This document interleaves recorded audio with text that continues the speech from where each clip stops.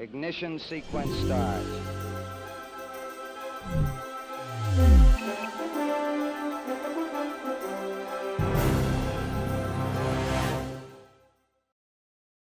Good morning, and welcome to this look at the activity inside the International Space Station Flight Control Room at the Johnson Space Center in Houston.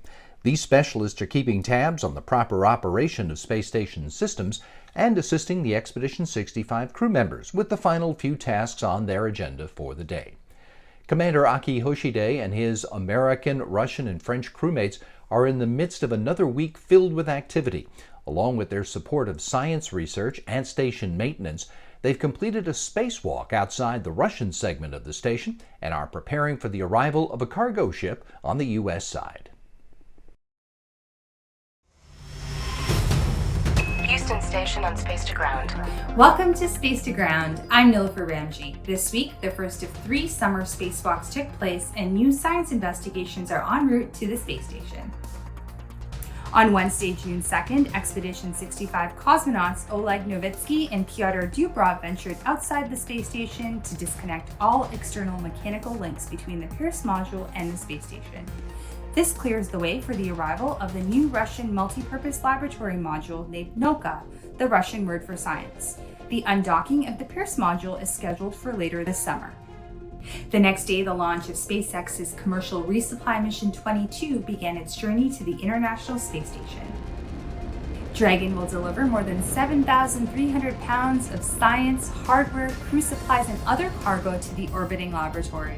Science highlights include research that could help develop cotton varieties that require less water and pesticides, as well as a portable ultrasound machine. The spacecraft is also carrying the first of 2 solar arrays to be installed during spacewalks later this month. You can watch Dragon's arrival to the space station on Saturday, June 5th, starting at 3:30 a.m. Eastern Time on NASA TV. European Space Agency astronaut Thomas Pesquet worked on the Fluid Dynamics in Space, or Fluidics, investigation. The Fluidics investigation evaluates 2 aspects of physical experiments on fluid mechanics. The first aspect must analyze the liquid sloshing phenomenon in the tank of a spacecraft in microgravity. The aim is to improve the guidance and precision of satellites and to optimize their lifetime through better fuel management. The second aspect studies the wave turbulence phenomena that occurs at the surface of liquids. By observing this phenomenon in microgravity, scientists are able to focus only on the study of the liquid surface tension. The expected results could help to improve climate prediction systems and optimize the use of the ocean's renewable energy. That's Space to Ground for this week. Thanks so much for watching. We'll see you next week.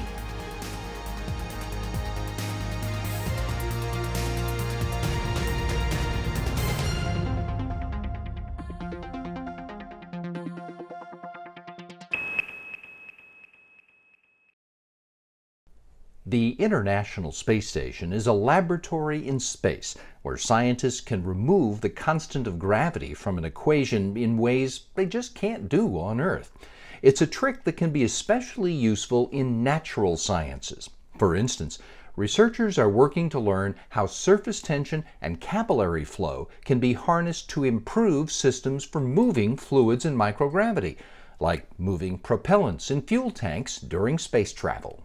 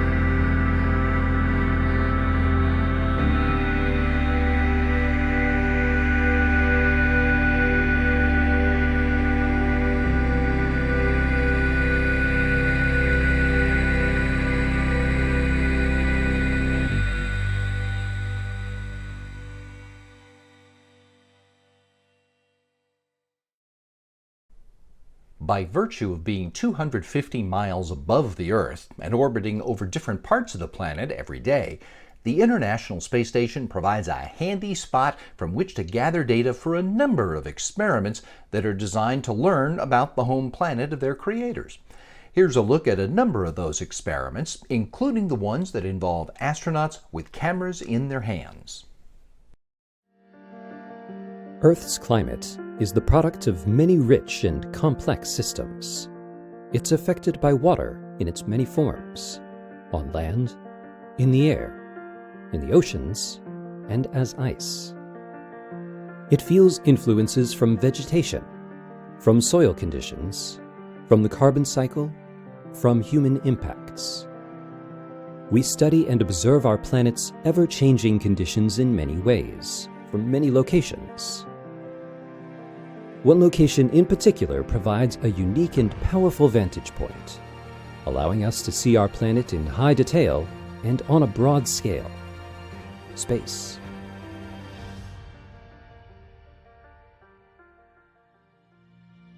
The International Space Station is home to many instruments that help with the study of our planet in a variety of ways. Each is an amazing resource for scientists and researchers, but together, they paint a picture of Earth richer and more detailed than any one instrument could provide.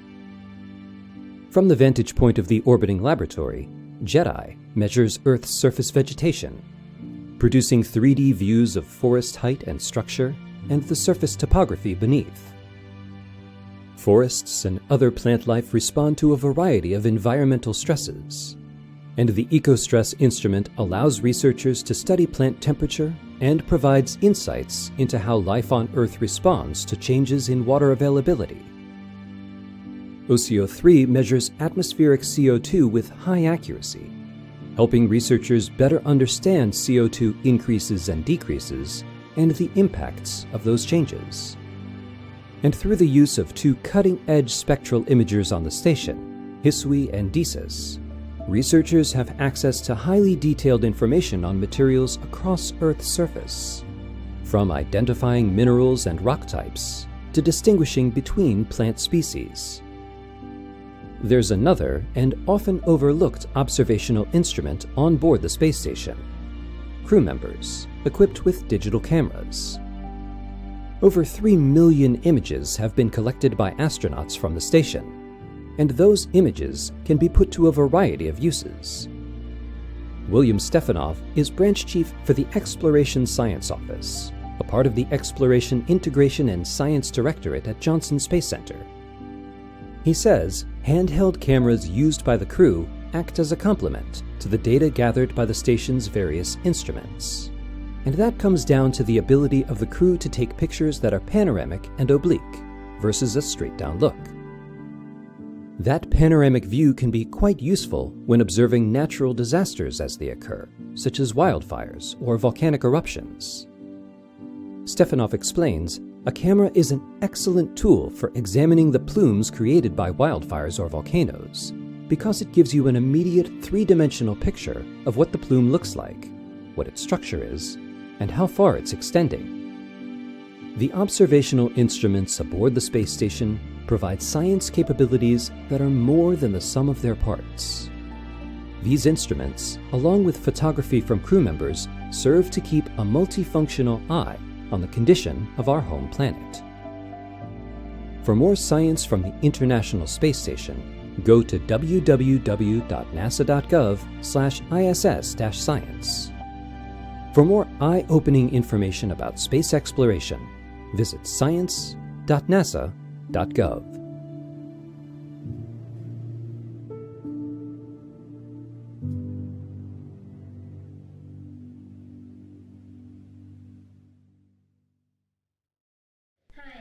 Astronauts who do science on the International Space Station also spend some of their time helping explain scientific concepts to students on Earth who are studying the STEM fields of science, technology, engineering, and math. In this demonstration video, one-time station commander Sonny Williams guides us as astronauts Mark Vande Hei and Jeff Williams make use of the weightless environment to demonstrate Newton's first law of motion.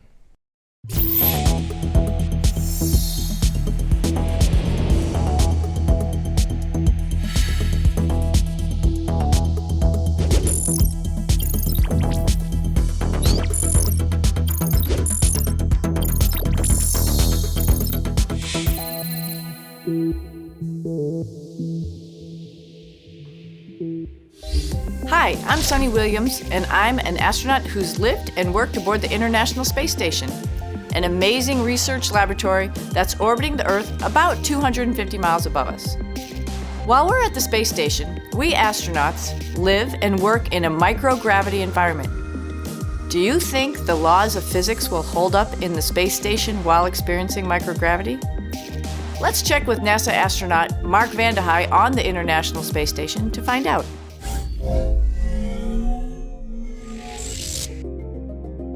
Newton's first law of motion says an object at rest tends to stay at rest unless acted on by an outside force. Also, an object in motion tends to stay in motion unless acted on by an outside force, like my finger. Let's look at this from another angle. Over time, the International Space Station slows down from experiencing a very small amount of drag, or force, from a tiny amount of atomic oxygen in space. This is like the force you feel from the air if you stick your hand out of a moving car. Because of this, the space station does what we call a reboost. A reboost uses rocket engines to put a force on the space station. This allows it to speed up just a little to remain in orbit around the Earth. Let's join NASA astronaut Jeff Williams to check out what happens to the objects inside the space station when it begins.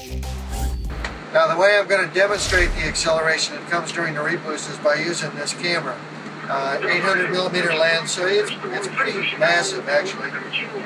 And you can see I can float it here, and there's no reboost going on right now, so the camera's not going to go anywhere. It's just going to slowly drift due to the ventilation, or if I put any velocity into it, it'll drift out of the scene. But I'm going to try to hold it here steady, and you can see that it stays very steady. There's my camera. I'm setting it up for ignition.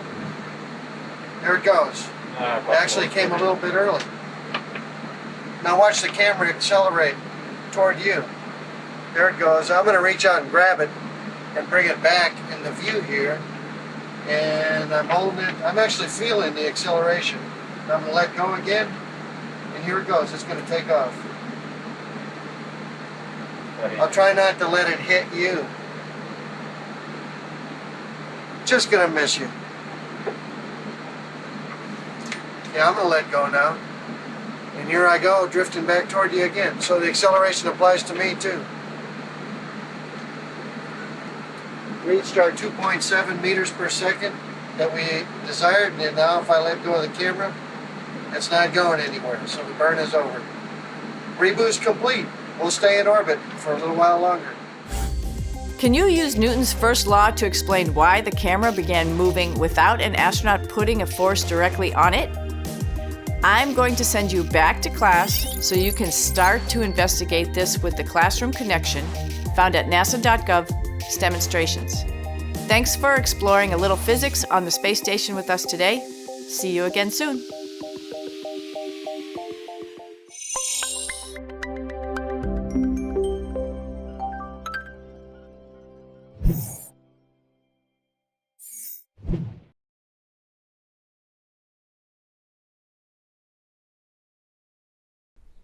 Coming up next week, we'll get the astronaut lesson on Newton's second law. The science, the technology, the preparation for exploration still to come are all part of the program of more than 20 years of continuous human habitation on the International Space Station, and still counting. In that time, 244 different people from 19 countries have floated aboard and taken part in some of the more than 3,000 scientific investigations while getting humanity ready for future exploration out into the solar system.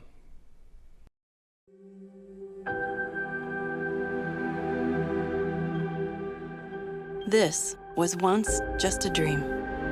TTC go. TTC is go for launch. 2. Booster ignition and liftoff of Discovery and a team of explorers shaping their destiny.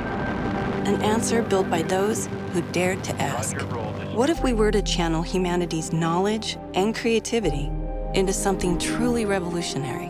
What if we built a bridge between and above all nations? to jointly discover the galaxy's great unknowns, to endeavor to live and to work outside our planet for the benefit of all within. What started as an accord between two former rivals became a beacon of opportunity for the rest of the world. We have ignition and liftoff of the Soyuz rocket, beginning the first expedition to the International Space Station and setting the stage for permanent human presence in space. You ready for visitors? We live this dream aboard the International Space Station. I understand it's good to have you there and adjusting to your new home. Adapting to life in space. It's been a process. For the past 20 years, over 230 astronauts from all over the world have worked tirelessly together, boldly performing pioneering research and high-stakes spacewalks in the unforgiving environment of space. In this unparalleled orbital laboratory, circling the planet at 17,500 miles an hour, thousands of groundbreaking scientific experiments from over 100 countries have led to discoveries unachievable in the confines of Earth. From 250 miles up, an unbroken chain of residents have shared their view and their research with a generation eager to understand this higher plane. The space station is a symbol of humanity at its best, a shining example of international peace and collaboration in action. 3, 2, 1. Endeavour, this is Houston. You've completed a historic ride to the ISS and have opened up a new chapter in human space exploration. And as we turn our gaze outward still, this International Space Station is a living testament of our collective strength and perseverance, where our human curiosity prepares for the audacious efforts ahead. We continue to bridge the distances between us and prove just how much more is possible when we dream together.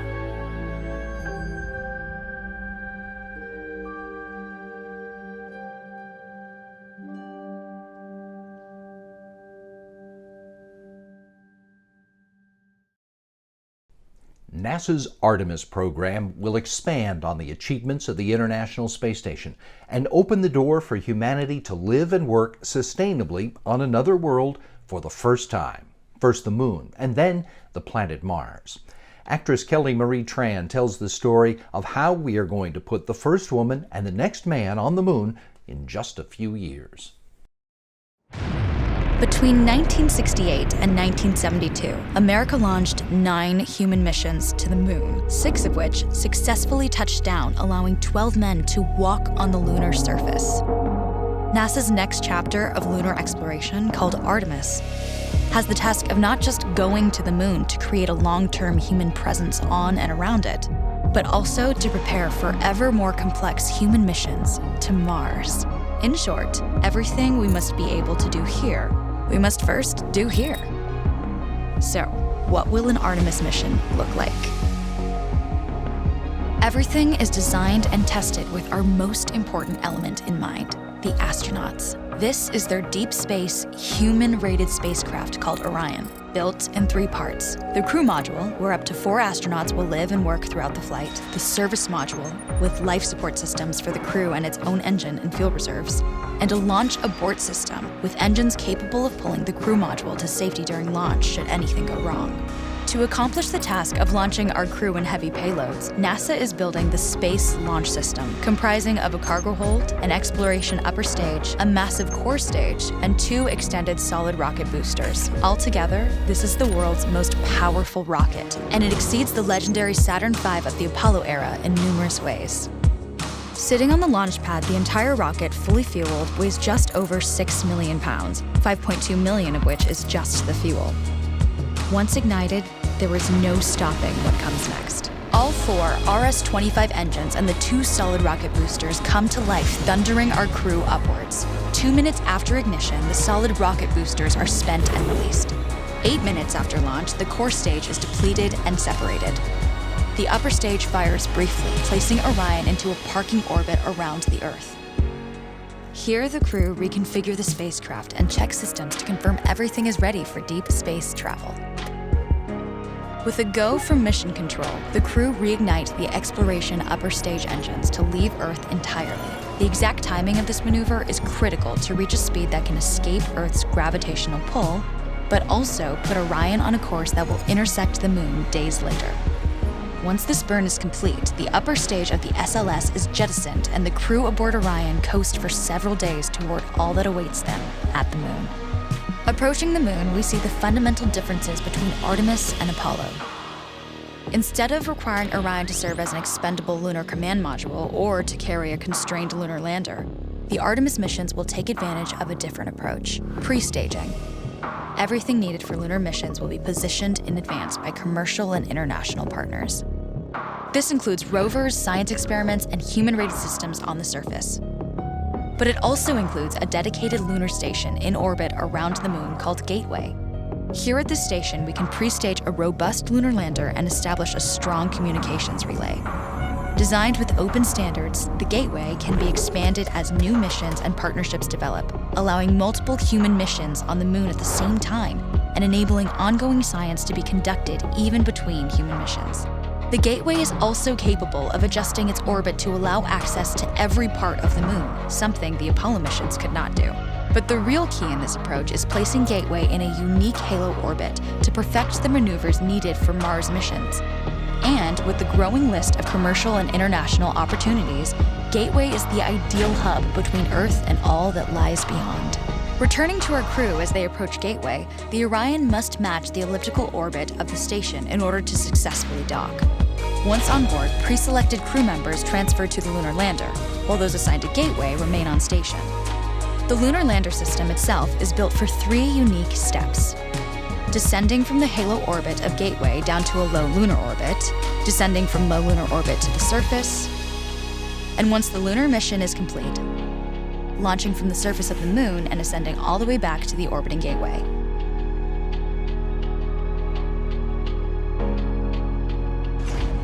Once back aboard the Orion spacecraft and undocked from Gateway, the crew fire their engine once to break out of the halo orbit and once again to sling the spacecraft around the moon, placing it on a multi-day trajectory back towards Earth. As they near the end of this journey, the service module is released, and the crew module is oriented heat shield first. Entering Earth's atmosphere at 25,000 miles per hour, the friction of air slows Orion considerably, while also subjecting it to temperatures of 5,000 degrees. With the Orion now at just 300 miles per hour, a series of parachutes uniquely tested and produced for this moment deploy, decelerating the craft to just 20 miles per hour for splashdown. With each successful mission, Artemis ushers in the next wave of men and women to explore our moon and prove that together we are ready to go beyond.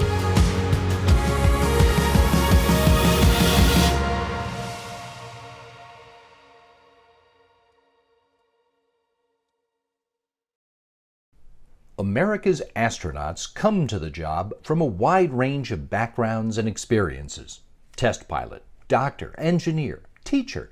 But one thing they all have in common is they've never been to space, not when they start. Like you and me, they each imagine seeing the Earth from space. Turns out that quite often, the reality of that sight is just not what they expected.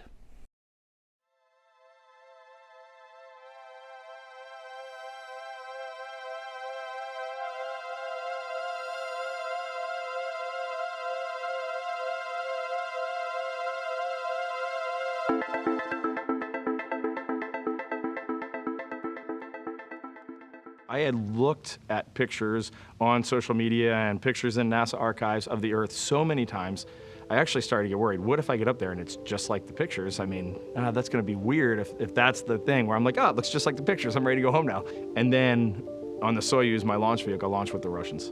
And on my Soyuz, when I first got a chance to look out my little window, which is about right here, at the Earth, there's something about looking out a round window at the curvature of the Earth that makes it just more pronounced and really makes it have a huge impact.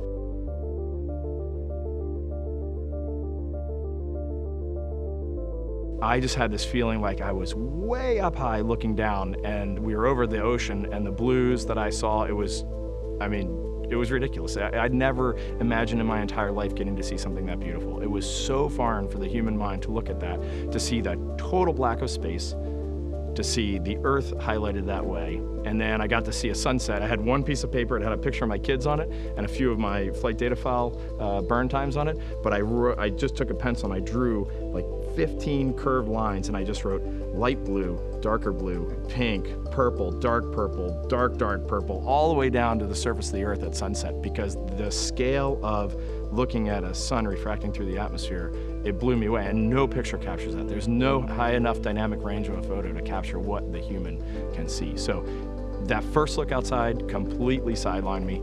I had a GoPro, and I made a recording to my brother of, no matter how much it costs in the future, come do this. You have to come do this. I mean, it's amazing.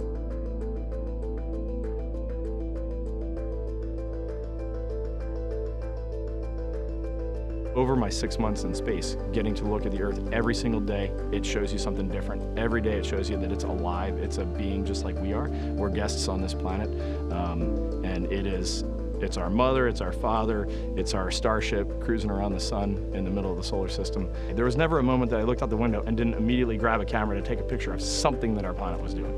It always surprised you, it's always magnificent.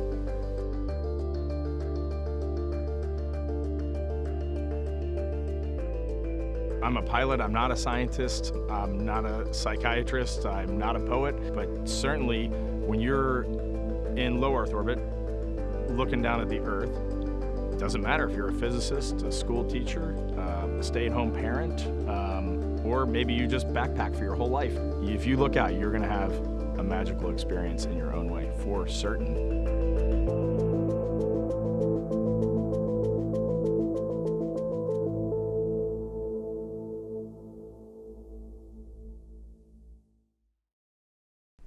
If you want another look at any of the stories you saw today, you can always find them on YouTube and Facebook, where you'll also find lots of other great features on a variety of NASA topics, so look around.